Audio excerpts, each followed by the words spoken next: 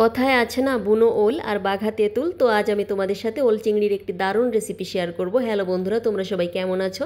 দেখো আমি ওলগুলো সেদ্ধ বসিয়ে দিয়েছি। ওল সেদ্ধের মধ্যে যদি একটু লেবু চিপে দেওয়া যায় তাহলে কিন্তু গলাটা চুলকায় না। অবশ্য ওলগুলো অনেক বেশি ভালো ছিল। দেখো আমি কড়াইতে জিরা তেজপাতা ফোড়ন দিয়ে দিয়েছিলাম, আর এখানে কিছু চিংড়ি মাছ অল্প পরিমাণভাবে ভেজে নিয়েছিলাম। তারপর শুকনো জলের গুঁড়া, হলুদের গুঁড়া আর আদা বাটা দিয়ে একটু নাড়াচাড়া করে সেদ্ধ ওলগুলো এর মধ্যে দিয়ে আর একটু ভালোভাবে নাড়াচাড়া করে এতে পরিমাণ মতো লবণ দিয়ে দিব আমি, আর কয়েকটা কাঁচা ঝাল দিয়ে দিব সুন্দর ফ্লেভারের জন্য।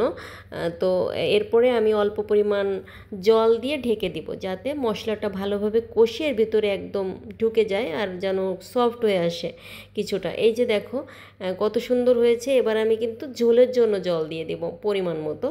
তো এই যে দিয়ে দিচ্ছি, এবার আমি ঢেকে দিব। আমার রান্নাটা কিন্তু তারপরে হয়ে যাবে। এই যে আমি ঢাকনাটা উঠিয়ে নিচ্ছি।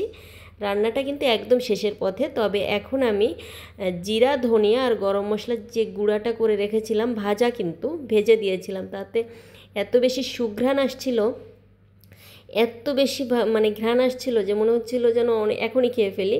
তো শেষের দিকে কিন্তু একটু পরিমাণ চিনি দিতে হবে, যাতে এতে স্বাদটা দ্বিগুণ হয়। অনেক বেশি মজা ছিল। ওলটা একদম খুব প্রপার সেদ্ধ হয়ে গেছিলো।